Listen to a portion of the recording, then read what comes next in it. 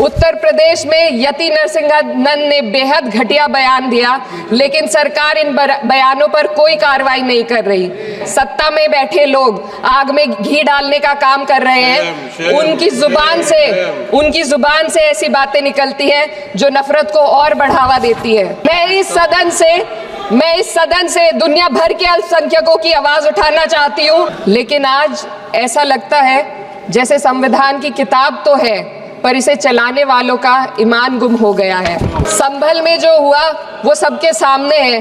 Police के संरक्षण में निर्दोष लोगों की हत्या की गई और सरकार ने चुप्पी साध ली। मुझे अपने भारतवर्ष पर फक्र है कि जिसके पास ऐसा संविधान है जो लोकतंत्र, समाजवाद और सेक्युलरिज्म को संजोता है।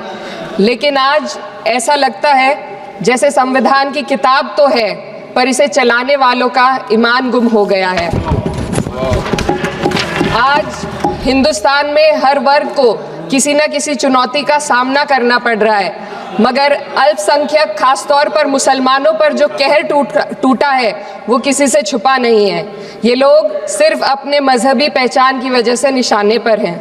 संविधान का अनुच्छेद 15 कहता है कि किसी भी नागरिक के साथ धर्म, जाति या किसी और वजह से भेदभाव नहीं होना चाहिए, लेकिन हकीकत इसके उलट है। हालात इस कदर बिगड़ चुके हैं कि hate speech, mob lynching, bulldozer द्वारा घरों को गिराने की घटनाएं आम हो गई हैं, खास तौर पर उत्तर प्रदेश में, जहां ऐसा लगता है जैसे कानून के नाम पर जंगल राज चल रहा हो। संभल में जो हुआ वो सबके सामने है। पुलिस के संरक्षण में निर्दोष लोगों की हत्या की गई और सरकार ने चुप्पी साध ली। अल्पसंख्यकों पर हिंसा बढ़ती जा रही है, मगर सत्ता में बैठे लोग या तो आंखें मूंदे हुए हैं या फिर इन घटनाओं को बढ़ावा दे रहे हैं। हद तो तब हो जाती है जब न्यायपालिका की बात भी अनसुनी कर दी जाती है। सुप्रीम कोर्ट ने मॉब लिंचिंग पर 11 सूत्रीय निर्देश जारी किए थे। इसमें साफ कहा गया था कि राज्य सरकारें और पुलिस इस तरह की घटनाओं को रोकने और दोषियों पर सख्त कार्रवाई करने के लिए जिम्मेदार है, लेकिन आज भी इन निर्देशों पर अमल नहीं हो रहा है। हाल ये है कि मॉब लिंचिंग को रोकने की बजाय सत्ता में बैठे लोग आग में घी डालने का काम कर रहे हैं। उनकी जुबान से ऐसी बातें निकलती हैं जो नफरत को और बढ़ावा देती है। ये अशांति अब इतनी गहराई तक फैल चुकी है कि हमारे समाज के धर्मनिरपेक्ष चरित्र पर गंभीर सवाल उठ रहे हैं। साल की शुरुआत में ही कई राज्यों में दुकानदारों को अपने नाम बोर्ड पर लगाने के लिए मजबूर किया गया। इसे सेहत और सुरक्षा के कानूनों का हिस्सा बताया गया, मगर असल मंशा कुछ और थी। ये कदम खास तौर पर मुसलमान दुकानदारों को निशाना बनाकर उठाया गया ताकि उनकी रोजी रोटी पर चोट की जाए। पिछले हफ्ते मुरादाबाद में एक मुस्लिम डॉक्टर को हिंदू बहुल्य मोहल्ले में घर खरीदने पर विरोध झेलना पड़ा। वजह बताई गई कि इससे मोहल्ले की सामाजिक शांति बिगड़ जाएगी। अब आप ही बताइए, क्या ये वजह सही है, जायज है? असल में ये छोटी बड़ी घटनाएं इस बात का सबूत है कि सांप्रदायिकता को बढ़ावा देने वाले बयान और नीतियां हमारे समाज को अंदर से खोखला कर रही है। उत्तर प्रदेश में यति नरसिंहन ने बेहद घटिया बयान दिया, लेकिन सरकार इन बयानों पर कोई कार्रवाई नहीं कर रही। हेट स्पीच न केवल जनमानस के विचारों को प्रदूषित करती है, बल्कि इससे अब संवैधानिक पदों पर बैठे लोगों को भी प्रभावित कर दिया है। अभी हाल ही में माननीय उच्च न्यायालय इलाहाबाद के माननीय न्यायाधीश ने ऐसे बयान दिए जिसका संज्ञान खुद सुप्रीम कोर्ट को लेना पड़ा।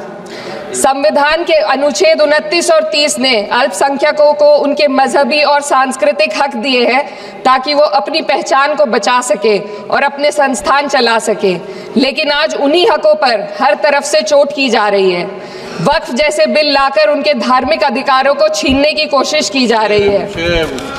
आज अल्पसंख्यक समुदाय को संविधान द्वारा दिए गए अपने बुनियादी अधिकार पाने के लिए लंबी लड़ाई लड़नी पड़ रही है। ऐसे कई मामले अदालत ने न्याय देकर संविधान की रक्षा की है, लेकिन अदालती प्रक्रिया में जो समय लगता है उसकी वजह से देश के सामाजिक ताने बाने को भारी नुकसान उठाना पड़ता है।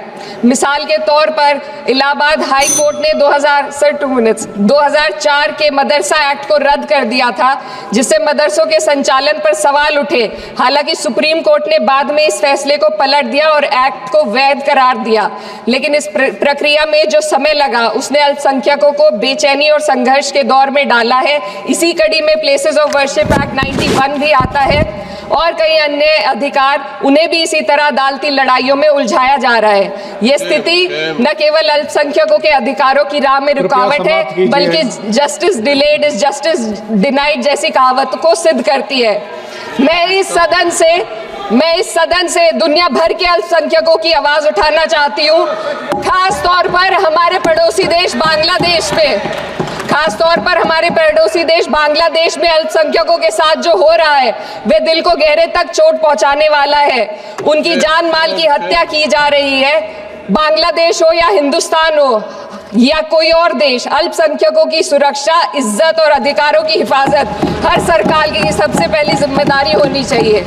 मैं इस सदन से अपने देश के अल्पसंख्यकों के साथ बांग्लादेश के पीड़ित अल्पसंख्यकों की आवाज को एक साथ उठाना चाहती हूँ।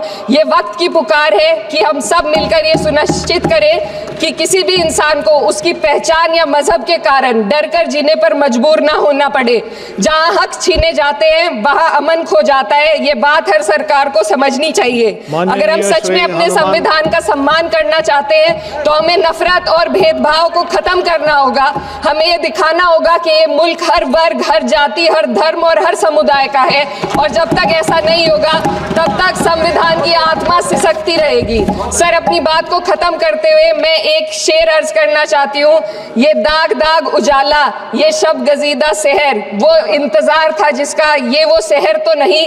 लेकिन अगर इस सदन में बैठे हम सभी सदस्य ये ठान ले कि हमें संविधान के मूल्यों को लागू करना है और उसे लागू करने का प्रयास करें, तो वह सुबह जरूर आएगी जिसके लिए लाखों भारतवासियों ने अपने जानों की कुर्बानी दी थी।